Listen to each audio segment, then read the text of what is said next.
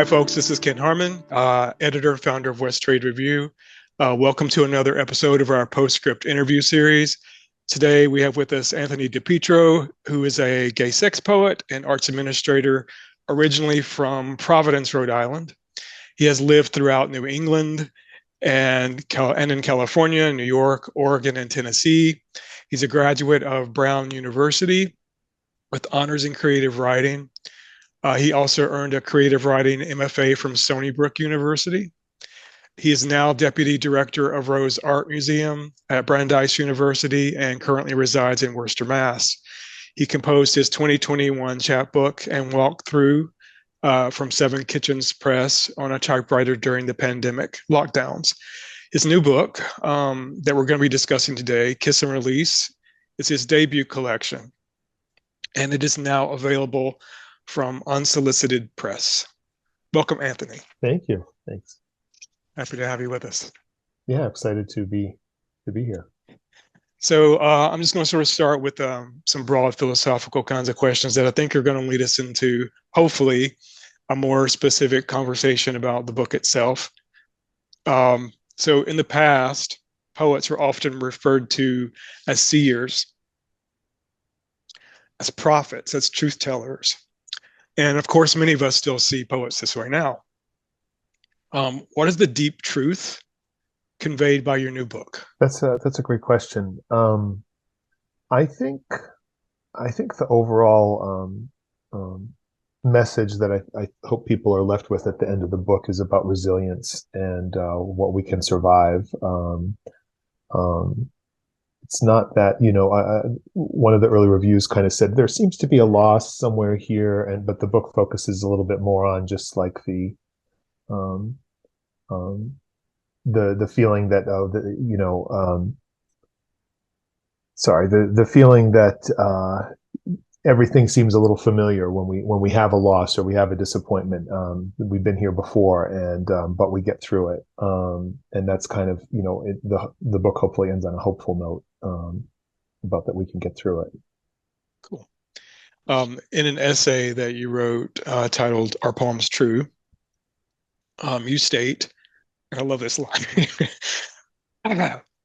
"Poets want language." Do you know what I'm going to say?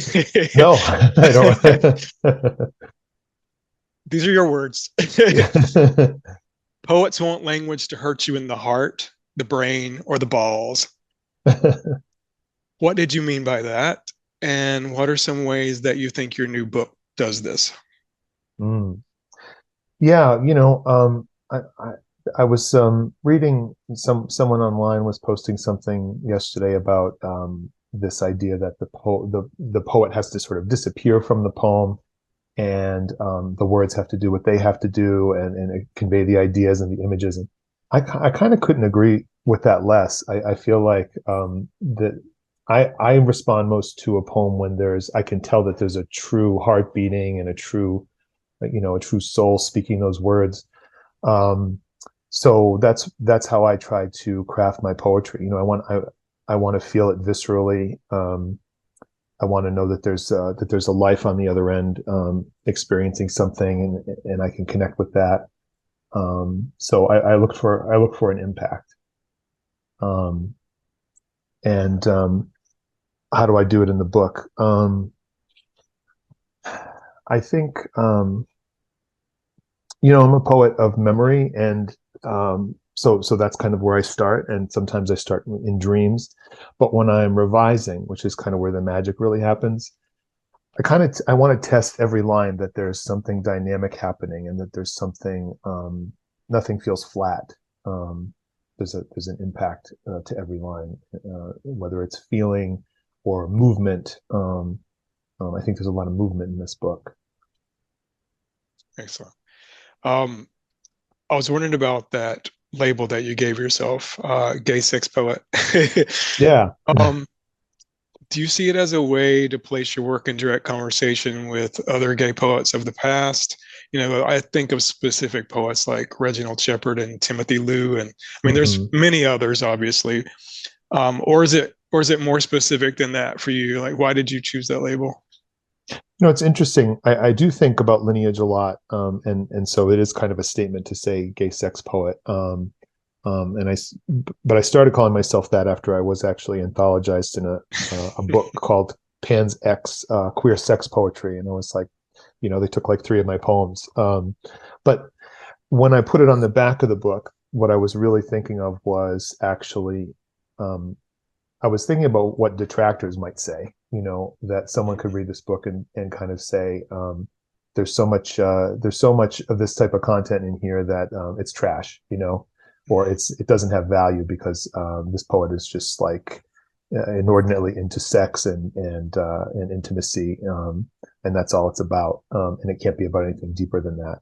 So I kind of wanted to get ahead of that and kind of say, I know that I have I have a certain point of view and certain obsessions as a poet, and I'm still making the claim that I'm elevating it to art and through poetry, um, and so I kind of got ahead of the criticism, or that's what I was thinking when I put it on the back of the book.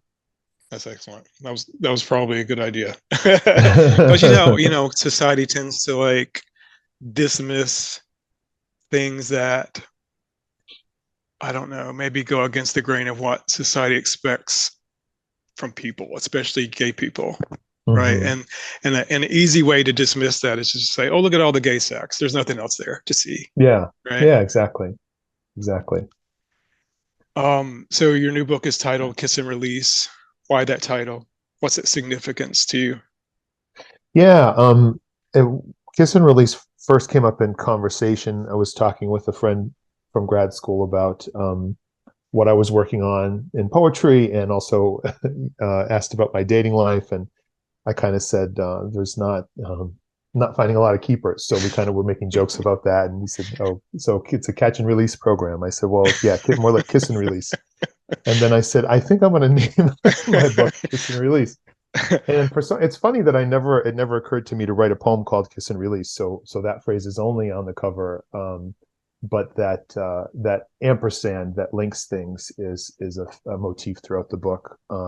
So the sections have, two terms joined by an ampersand, and you often use the ampersand instead of and almost exclusively in the book. So it's this joining of unlike things. But I like Kiss and Release because, well, for one thing, I think the book is romantic. I think of the book that way. So the kiss kind of signifies that. And release has so many great meanings, one of which is orgasm. Mm-hmm. But there's also a strong thread in the book, I think, which is about there's poems that are interested in the idea of letting go.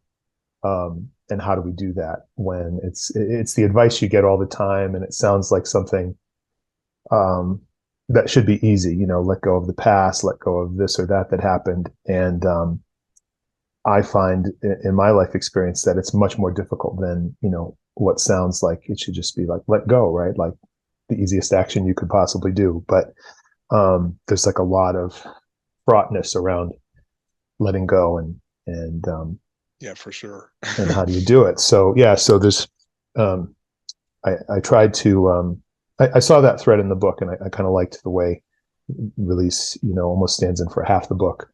That is partly about that. You mentioned the five sections. That was my next question. Um, so they're titled Yes and When, Came and Made, Parade and Ceremony, Body and Literary, and Sound and Gesture. Could you tell us a little bit about the structure you chose for the book? I noticed that they seem to be connected to love in some way, as in each section there's a love poem that's labeled first Mm. movement, second movement, and so on up through the seventh movement. Could you talk about Mm-hmm. that a bit? Yeah, I'm not sure how I landed on the five sections really, but I do think one of the smart things I did was to take that one long cycle I had, Love is Finished Again, and decided, it would have been easy to just stick that in the middle of the book, but I decided, let me see what it's like if I break it up into these movements and just sort of insert it in between other poems, and it becomes like, well, every reader that I've talked to of the book notices it, and it I think of it as almost like a spine in the book. But another way to think of it would be, like a refrain of a song or something. even though it's not repeating the same thing that you saw last time. But when it comes, it's sort of like that feeling that you get in a song where you know that the chorus is coming, something familiar is coming, and it's almost in different. I feel like it's almost in different voice than the rest of the book, in the sense that it's kind of like a little bit more meditative, a little bit more looking around at the world we live in, rather than sort of specific narrative or specific events or details. Sort of like the speaker is mulling over this idea: what does it mean that love is finished again? And so I'm in the same place, but I'm in the same place over and over. Um, this love is finished again, and then another love will be finished again, and that kind of thing. Right. So the cycle repeats, and I'm really happy with the way that that seems to be functioning in the book for people. Well, I read another review that someone else had written of your book, and it was all focused on the sex. And so I went into it thinking, okay, this is going to be all about sex. And I was pleasantly surprised that, I mean, that was there obviously, but it's not just that. So I guess what I'm about to say is more commentary than question. Maybe it Mhm. leads to a question. We'll see. Um, so, although you call yourself a gay sex poet, and that is present, I think there's so much more in here than that. Mhm. To me, there seemed to be a speaker who was seeking to understand himself and his story and his patterns. And I think of poems like Fuck Boy, Mm. um, both versions of it, where the speaker realizes that the fuck boy isn't just a fuck boy anymore. Mm. Oops, feelings got involved. And then there are poems where the speaker attempts to understand what love is, or seems to me. Mhm. Um, and there's a line in 21st century love poem, for instance, that I love. Many waters cannot quench love, nor can floods drown it. Mhm. So I see like so many different refrains about love in here also. And maybe there's just this questioning of, well, can you separate the two from each other? Can you separate the sex from the love and the love from the sex, kind of thing? I don't know. And then there's a speaker attempting to make sense of the world around him, as in the poem, in an average person's life, nations are warring 92% of the time, where the speaker laments that the dead are lucky in a way, Mm. because of all the things they don't live to see. And I think probably one of my favorite poems was Resurrection Spell. And I was wondering if you'd mind reading that for us. And I'm sorry I did not write down the page number. That's okay. I have an idea where it is. Yeah, I'd love to read that. Here it is. Resurrection spell. Begin with a spiral mountain road with no end, its curves a familiar, smooth drive. One morning, my mind is composing a theory of body as more than bone, as a series of rooms configured vertically, all hung together by bakery string. Seeing only a stick, I roll my tires neatly over what becomes a black snake. Fact: black snakes are harmless. What's the mathematics of surface area pressure? What is the weight of this car? Last night on a rainforest walk, an unseen bird, a blackbird, took flight, abruptly shoved off his thick green cover to flee. My body's response? Blood fear, a chemical reminder I'm animal first. My mother's mother sat at the bedside of great-grandma Camilla and knew the hour she'd die. Camilla tried to leave her bed, pleading, needing to touch feet to ground one more time. This woman in a hospital bed did not mean tile, she meant black soil. And I spend hours conjuring my first love, charming him back from the dead with words he left me. I could touch his black hair again while he smiles with bloodshot eyes.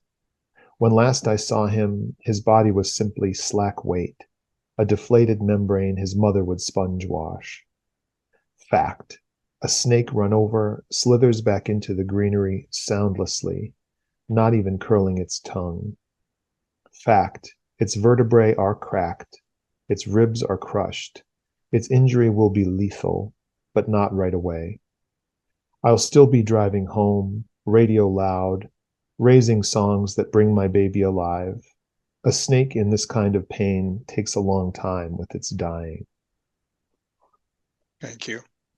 Thank I you. think it was in the essay, Are Poems True, that the love mentioned in this poem is actually alive and well. Is that right? No, Uh, no, not in this or case. not in I'm not this sure if case. it was another poem, but no.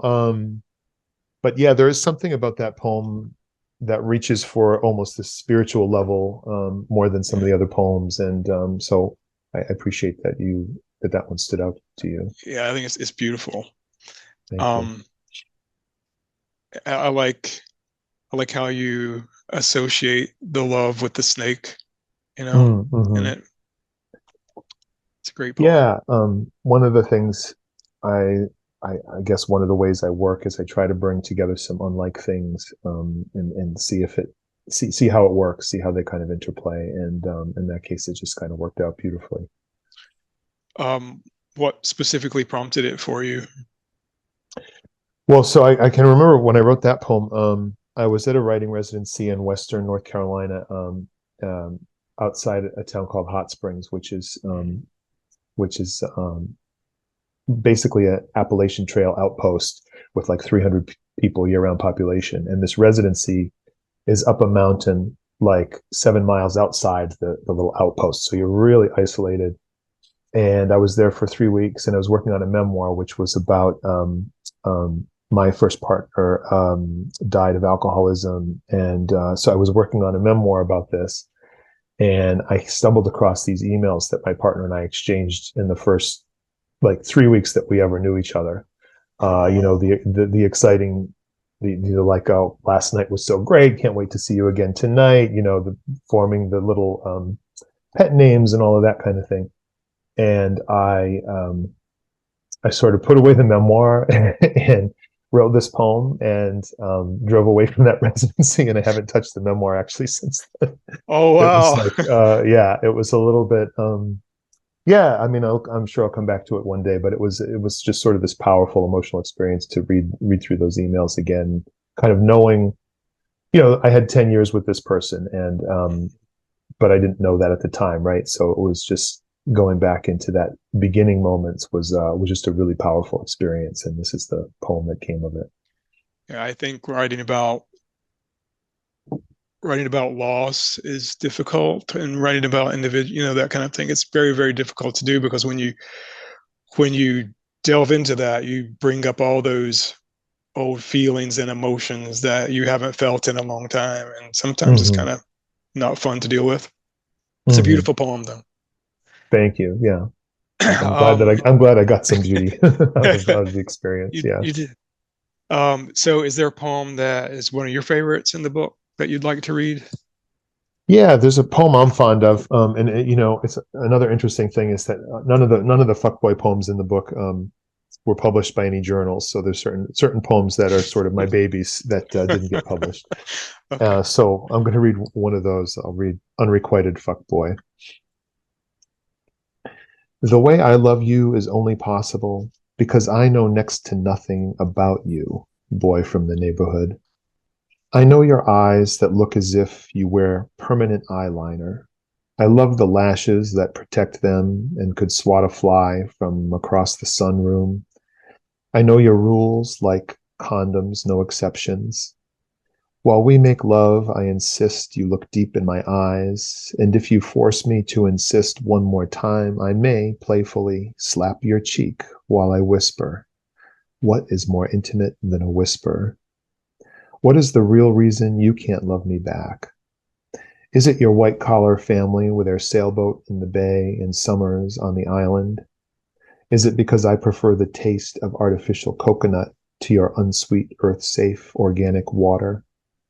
Mumbler, your mouth barely opens whenever you speak. Will you never make clear declarations? Will all conversations be bedroom conversations after I render you too tired to leave? But you do leave whenever I suggest you stay. Will you never stay from first whiskey until next day? Well, I never write an aubade, a poem for lovers who part at dawn. The only poem I know how to write is the aubade's opposite, a fragment of two queers cruising after midnight. I do love that poem. That was a good poem too. Thank you. And I think that's the thing about the gay sex poet label, that I'm glad you chose it, because as gay men, right? Hmm. That's part of who we are. Like, why would someone who's straight not write about straight sex? Hmm. So why are gay people sometimes condemned for writing about gay sex? Yeah, and there's And that, something. and I wonder if that has something to do with why journals haven't picked up Fuck Boy. Yeah, there's something. There's some poems in this book that somehow may have felt dangerous, or something a little too taboo to people. I mean, there's even still taboo around writing about sex in general. Yeah, yeah. So in some ways, I like to kind of break through that. And I think our sort of quest for love as gay men is different. It's more fraught. It's more difficult. It's almost like you have to go through more stages of development in life, because if you went through your adolescence without being out, you almost have to go through a second one. And when everybody else was dating in middle school, we were, I don't know, I was pretty much just terrified that anybody would find me different. So Same. yeah. So you kind of go through in your 20s, you go through middle school again, Yeah, you do. and That's true. so it's yeah, I like what you said about there's this constant attempt to understand and find love. Yeah, yeah. Was there a question that I didn't ask that you wish I had asked you? Well, I'm really glad you asked me about gay sex poet. I was like, nobody's asked me about that yet. Um, but no, and people also always notice the structure. This is kind of a book that seems to be obsessed with form and structure. So I guess I would ask you. There's a lot of variability in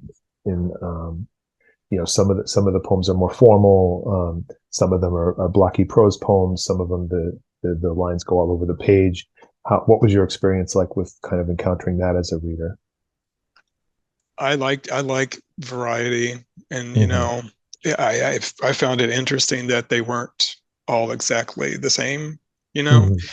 because like I told you, when I went into it, I was thinking, oh, these are all going to be gay sex poems because of the review that I had read, Right, right. and I don't know what I was expecting as far as like form or anything, but I Hmm. liked that you varied and tried different things. Yeah, thanks. I Um, remember seeing Acento, and there were multiple things that you did in there. I think you tried a little bit of everything. yeah, kind of. Yeah, that's a good way to put it. Yeah, but That's kind of my personality. I think I'm, that's I'm a a good thing Gemini. though. I get bored easily. So Me too. yeah. Well, thank you, Anthony, for joining me, and congratulations on the new book. I think it's Thank you great. so much. And again, for all of you watching, it's available from Unsolicited Press. So if anything we said here resonated with you, be sure you pick up a copy. And thanks again, Anthony. Appreciate you being here. Thank you so And much. again, this is Ken Harmon. Thank you for joining us for this episode of West Trey's Postscript interview series. If you haven't followed us on social media already or YouTube, please do so. Thank you very much. Have a good day. Thank you again, Anthony. Thank you.